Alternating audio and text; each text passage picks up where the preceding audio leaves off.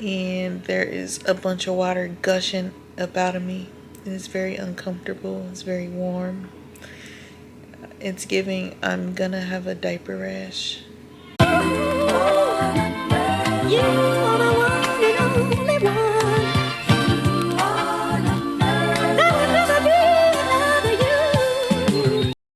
Y'all, it's a few hours before it's time for me to go in for my induction.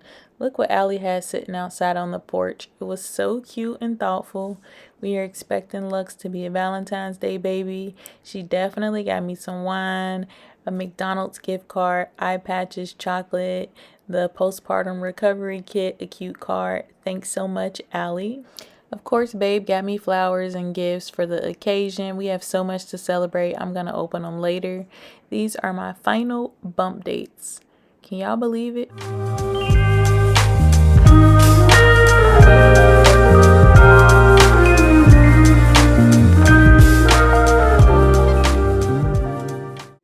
We are 10 days postpartum, and I was looking back at the footage on my camera.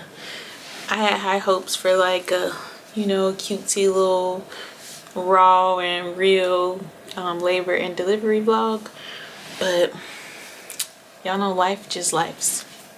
So here it is, 10 days later, just trying to fill in the blanks. I don't know if I'm gonna like put pieces of what I recorded in between me talking. I'll probably do that, or I don't know if I'll just show y'all what I had and then bring y'all to this point. Nonetheless, labor was a success. It was not an easy journey, but we are happy that we made it out. Mother and baby is doing great. Y'all see I got on my Children's Place pajamas. Y'all see nursing pads. Trying this breastfeeding thing. I am just doing all of the mommy things. Newborn sleep schedule is all over the place, and my sleep schedule is unfortunately all over the place, but that's what I signed up for. So let's speed it up. So February 14th, I was scheduled to go into the hospital for an induction at 2:45 in the morning. They stink. They smell sterilized. Y'all, I feel like my camera's not focusing. It is officially Wednesday. Is it sanitized? It's Wednesday, February 14th at 4:15 in the morning. We are officially being induced. I'm not in any pain right now, besides this IV in my hand. I think just looking at it makes it hurt. But they just started me. Am I on Pitocin right now? Mm-hmm. Yeah, they just started this Pitocin. I am still only 1.5 centimeters dilated. It's kind of depressing. Dang, it's a bad angle. It's giving me double chin. But yeah, I guess we're about to try to go to sleep. We got here at 2:45.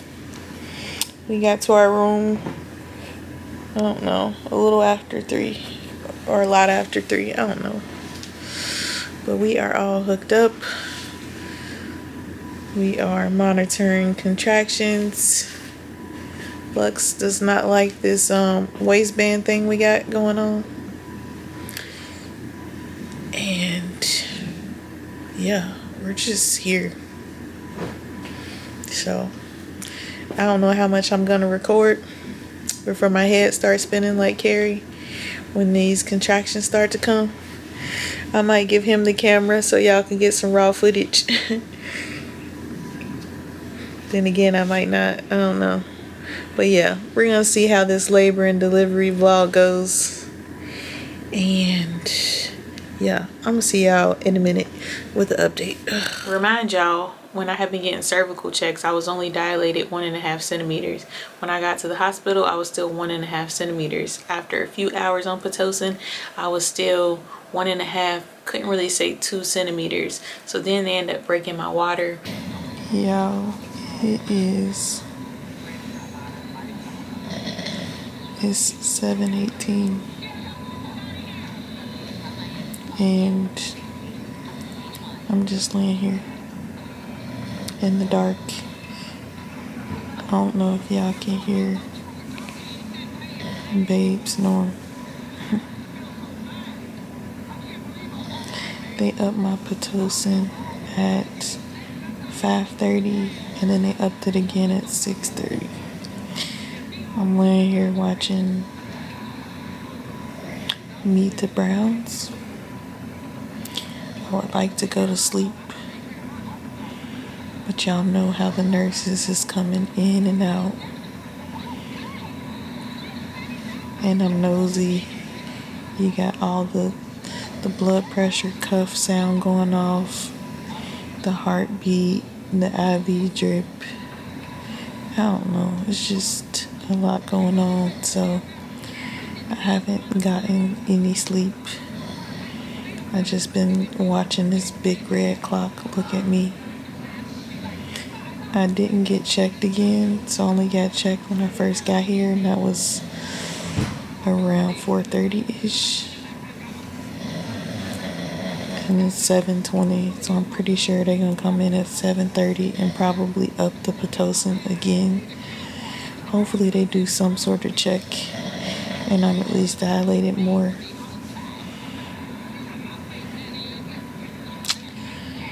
The contractions are bearable. Some of them are like off the charts when I look at the monitor. But I am surviving. So hopefully we have an update soon. So then I was on Pitocin for a few more hours. Once I got to level 14 on a Pitocin, I was kind of uncomfortable, so I ended up asking for the epidural. It is 11 o'clock, 11:02 to be exact. I don't have the greatest update. I'm in pain. It's probably like a 6 out of 10, I think. They came in and checked me again. I was still at like 2 centimeters. So they broke my water and it went to 3. So now I think we're just chilling at 3 right now. And there is a bunch of water gushing up out of me. And it's very uncomfortable. It's very warm. It's giving I'm gonna have a diaper rash. But I think the goal is to get me on this little birthing ball and bounce around. So I'm about to pull out one of my Always Discreets and put them on. You think I should do that? Maybe I should. She said she was bringing some like pad and panty things, but I got Always Discreet, so I'm thinking I'm about to put that on and bounce around here, sleep deprived. And yeah, he's definitely not coming down into my pelvic area. His head is not engaged. I think it was still at like a -3. So they're gonna check me in a few hours, and if we haven't made much progress, it's probably gonna end up being a C-section because he's a big boy and they're worried that maybe his shoulders are not coming down. I'm still starving. The baby is awake from his slumber. I think I'm about to get a popsicle or something. But I don't want no cherry popsicle. I'm gonna be mad if she don't let me pick my color. It's in the that side pocket of the bag. They had someone training, you know, a student, and she was the one administering the epidural. I just feel like she was taking her time, which she should, but I didn't really want to be a test dummy, so I just felt like it was more painful than it should have been. That's why I be doing stuff 100 times with the camera to make sure I got it.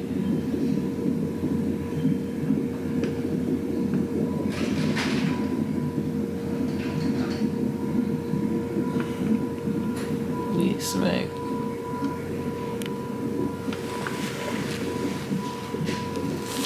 At this point, I couldn't feel anything. Come to find out, the girl pretty much had gave me too much anesthesia, like to the point where one nurse wasn't enough for me. They had to bring in like 3 nurses at a time to like move me and reposition me. At this point, they did say it would do something to my blood pressure, which could possibly interfere with. Hold on a second. I knew I heard him. I forgot where I was. So, oh yeah, so I think his heart rate started doing something weird. My blood pressure started getting low. So they had gave me like some type of blood pressure medication. There just wasn't a lot of progress. They had like 3 or 4 nurses trying to like move my legs and get me into a position. And oh, another thing, he had been head down pretty much my whole entire pregnancy, but the day of delivery he was faced frontwards instead of back. Like his face was supposed to be towards my spine and it was facing up. So they were trying to do everything to flip him. Remind y'all, throughout my whole entire pregnancy, they was telling me that he was going to be big. Last check-in, he was supposed to be, he was 7'13", and yeah, so they were just already planning for a big baby, and then they kept, you know, stressing the fact of he might be big. If he comes out vaginally, he might have a shoulder dysplasia or something of that sort. I don't know what it was. So they kept giving me all the cons of going vaginally, and they wanted me to schedule an induction or a C-section. I was really against scheduling a C-section, but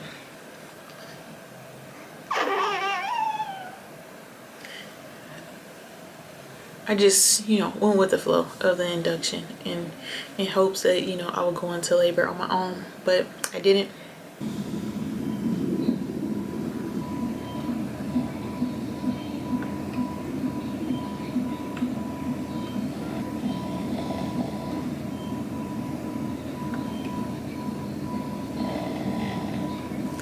I'm laying here mentally and physically exhausted. I'm so tired, but they come in like every 30 minutes and I can't sleep. And I feel how I look. Hopefully y'all can hear me. I'm trying to not wake him in his slumber over there. He's sleeping peacefully. Every time I hear a snore, I'm jealous.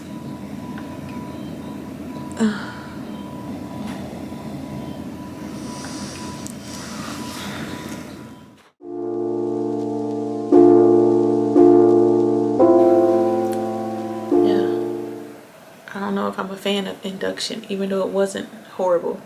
So anyways, get to 10, they're like, we're calling a doctor, we're gonna prep the room. So they're running around the room getting everything prepped, sterilized, heat lamps on. Once it's time to start pushing, she's realizing that I can't feel anything. She was like, can you feel your legs? And I'm like, no. She's like, can you feel anything? I'm like, no. She's like, do you feel any pressure? She's like, you should at least feel pressure. I'm like, I don't. Like, I literally couldn't feel a thing. And that's when she was like, she felt like I had got too much epidural. Which the student girl was back there messing with my back for a very long time. I just feel like, I don't know what she was doing. But she had a teacher with her, so I would assume that they were doing things right. But I did notice in my medical record, she put obesity was, what did she say? Basically, she said something about me being obese because my BMI was a 30 point something. So she put obesity was identified or something. I'm like, so did she overdose me because she thought I was fat? I don't really know, but I was reading those papers feeling some type of way. My doctor started getting frustrated because I literally couldn't feel anything. So she was telling me like, you know, on this contraction push, we tried to push for about 15 or 20 minutes, but it was no luck. I'm holding on to my legs. My legs feel like jello. It just wasn't working out. And then she kept trying to flip him in the process, and he wasn't trying to flip. His heart rate was doing a thing, and she was saying that he wasn't gonna come out on his own, and she wanted to use the vacuum. But then in the process of telling me to use the vacuum to help him out, she's like, okay, I have to give you the wrist. He can get a detached retina. He could get, it was just a bunch of like health risks that I was like not ready to sign up for. I was already frustrated about not being able to feel my legs. I was already nauseous. They were giving me like Zoloft or something through the IV. And now she's telling me that she can't flip him around. Then his heart rate's going down. Now she wants to use the vacuum with all of these freaking risks. And it was just a mess. She saw me getting frustrated, and she was telling me like, I want to do the vac, but I just feel like the vacuum's not going to work either. I'm like, so what? I thought my camera was overheating. So I'm like, what will work? She's like, I think we should just do a cesarean. So of course we get prepped for an emergency C-section. My 12-hour induction ended in an emergency C-section, but she didn't knock me out. I was pretty much numb, so I didn't have to get like a spinal tap or anything. So basically everybody gets dressed up, go to the OR, and they literally just cut me open, you know, put the blue tarp up, cut me open, and I was laying there for about, it was real fast. It was like 10 minutes or less, and they were saying that he was out, but of course I couldn't see him. It took a while for him to cry, so we're all just sitting there in anticipation, waiting to hear a baby cry.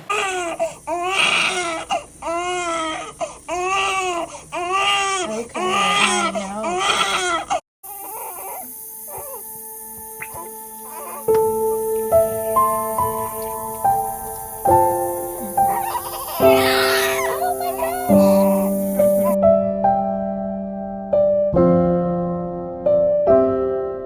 Which he finally did cry.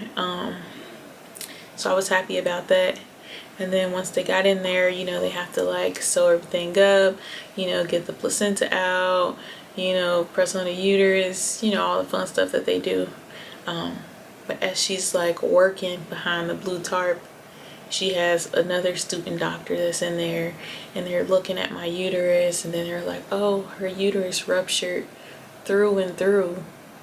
I guess it was like one hole from one side to the other, and basically they had to repair that, but they called another doctor into the OR to make sure that it was a uterine rupture, and it was. And she was basically telling me if I would have had a vaginal delivery, obviously I would have had internal bleeding, and they never would have known that my uterus had ruptured. So it was kind of like, I don't know, I guess it worked out that I ended up having to get a C-section, and they were able to see that the bleeding from my uterus and all that had ruptured. So they repaired my uterus, and, you know, did all the fun stuff with the C-section. So all in all, that's pretty much how my labor and delivery story went. It wasn't the best story, but we're happy and healthy. And then another thing, once he came out, he was a little yellow, so they were saying like it was signs of like jaundice. And then of course when I'm sitting in the hospital bed, I'm doing research of how I would get a ruptured uterus, and they say it could come from too much Pitocin, so I'm trying not to blame the hospital. And then they said that jaundice could come from, you know, a number of things. I guess jaundice is common, but one of the ones was from Pitocin use or induction. And I just feel like they were doing so much to, you know, with the Pitocin to try to get me into active labor. So I don't know, I'm trying not to blame anybody, but I don't really know how else my uterus would rupture. They ended up treating him with the little phototherapy, the blue light.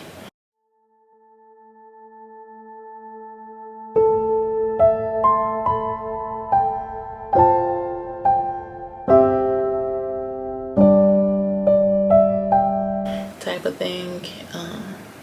And that was just kind of depressing. Hospitals in general make me depressed.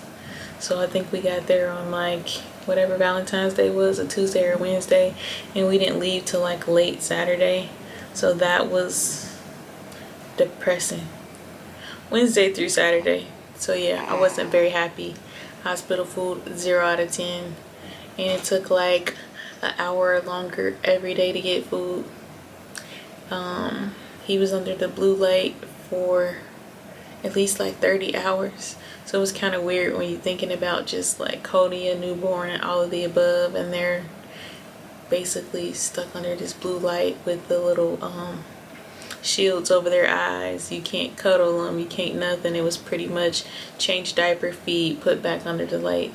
So some days his levels would go down, some days his levels would go up, but they were saying that they never really reached jaundice level. But I guess jaundice typically peaks on day 3 or 4, so they want it to be preventative. My poor baby had so many pricks on his feet and all of that. He was over it. I was over it. I was ready to go. I felt like a hostage. I felt like I was in jail. And just like looking out the window and all that. I think it was like snowing some days.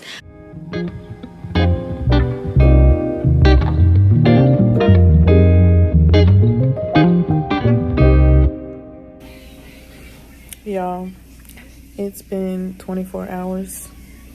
I don't remember where I left off. All I know is major things happened over time. I look like I feel. I am exhausted. Exhausted is not even a word. I feel like I haven't slept since Tuesday night. It is now Thursday. I don't even know. All I know is I am in pain. My pain's been pretty manageable though. I'll give y'all an update like tomorrow or something. Yeah, in regards to everything. But I just realized that the labor and delivery